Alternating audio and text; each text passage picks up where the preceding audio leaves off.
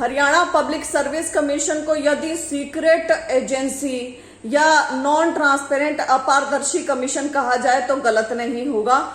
इनके हर एक रिजल्ट के साथ में संदिग्ध बहुत सारी चीजें सामने आती हैं, जिसके ऊपर कितनी आवाज उठा लो, कुछ आवाज उठा लो, ये कोई चीज का जवाब नहीं देते हैं, कुछ नहीं करते हैं। हमें नागरकांड का पता ही है, वहां पर सरकार की ये जो मौन स्वीकृति, सन्नाटा, चुप्पी, बहुत सारी चीजें बयान कर रही है। हरियाणा सरकार taking no action is also an action. आपकी इस मामले में जो चुप्पी है वो बहुत कुछ बयान कर रही है। आपका इस मामले में कोई भी एक्शन न लेना, ये भी बहुत कुछ बयान कर रहा है। क्या बात, नागर साहब के डिसमिसल ऑर्डर के ऊपर माननीय गवर्नर साहब के साइन है और उसमें साफ साफ लिखा है sanctity of records was rigged, he was sole custodian of record. केवल ये 2 लाइन बहुत थी इन दोनों एग्जामिनेशंस को उड़ाने के लिए, लेकिन आपने कौन से उड़ाए? ग्राम सचिव, पटवारी, कैनाल पटवारी। आपको जो उड़ाने चाहिए थे डेंटल सर्जन और एचसीएस, उसके ऊपर आप अभी तक चुप्पी बनाए बैठे हैं, उसके ऊपर कोई एक्शन ही नहीं लिया जा रहा है। मेंस जब नहीं करवाने की बात हुई थी तो उसमें जो ऑन रिकॉर्ड चीज आई थी वो ये थी कि मेंस रद्द हो रहा है due to administrative reasons.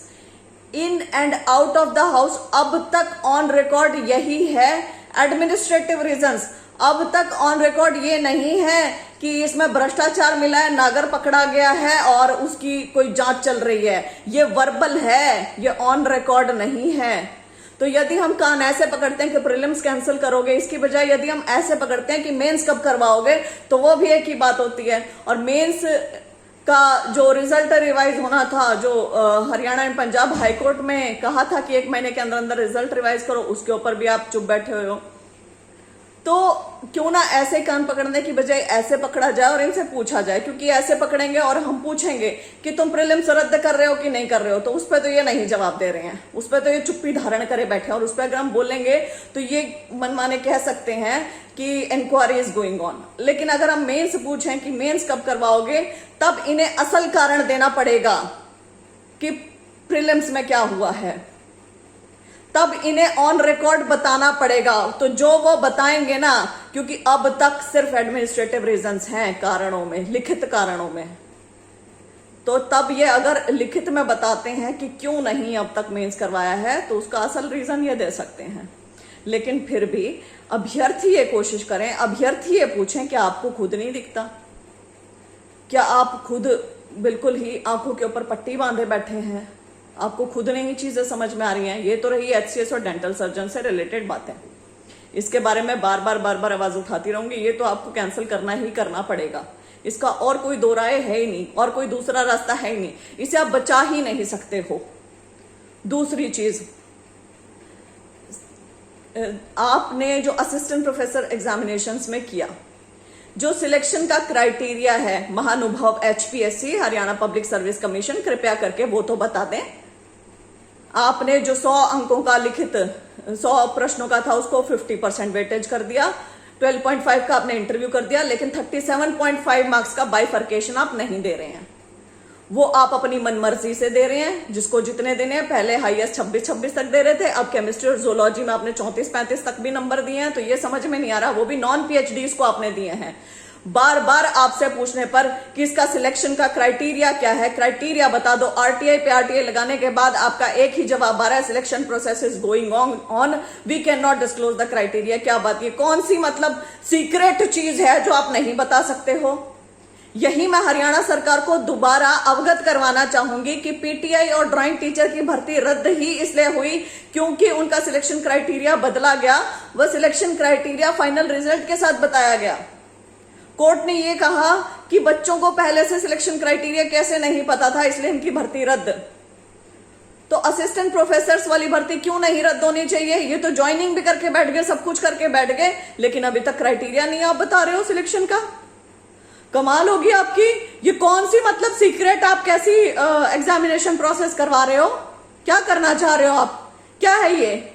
Non transparent commission है आपका, फिर कैसे दम भरते हो पारदर्शिता पारदर्शिता बोल बोल के?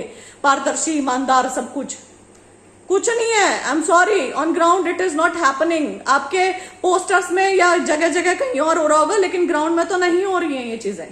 तो इसके ऊपर कृपया करके ध्यान दे सरकार। तीसरी चीज एचपीएससी का तीसरा लूप होल मैं बताना चाहूंगी, या तीसरी जो गड़बड़ इन्होंने करी है, प्लास्टिक टेक्नोलॉजी लेक्चरर में आपने जिन कैंडिडेट्स को रिजेक्ट किया, आपने उन्हीं कैंडिडेट्स को सिलेक्ट कर लिया बाद में, लेकिन आपने बताया नहीं कि क्यों सिलेक्ट किया। जैसे आपने रिजेक्शन के कारण दिए थे वो 8 के 8 के, वैसे अब सिलेक्शन के कारण भी तो दें कि क्यों आपने सिलेक्ट किया। पता तो चले जनता को। आप जनता को अभी तो ये लग रहा है ना कि आपने कोरिजेंटम अनाउंसमेंट डाल के तो रिजेक्शन के कारण बता दिए कि हम इन्हें नहीं ले सकते हैं, फिर कुछ दिनों में आप उनको ही सिलेक्ट क्राइटेरिया में दिखा देते हो, लेकिन कारण नहीं बताते हो। तो आपके ऊपर क्यों ना शक किया जाए? सिलेक्शन के भी कारण बता दो, क्या दिक्कत है? बताने चाहिए। आप हर एक चीज में अटर सीक्रेसी और नॉन ट्रांसपेरेंसी बरकरार रखे हुए हैं। आप कुछ नहीं बता रहे हैं, कोई आप जानकारी बाहर नहीं दे रहे हैं, आप बिल्कुल सीक्रेसी से काम कर रहे हैं। किसी को कुछ नहीं पता है कि आप कैसे काम कर रहे हो, क्या कर रहे हो। तो एचपीएससी ऐसे काम नहीं चलेगा। हरियाणा सरकार, आप भी जल्द से जल्द एचसीएस और डेंटल सर्जन के ऊपर फटाफट संज्ञान लें।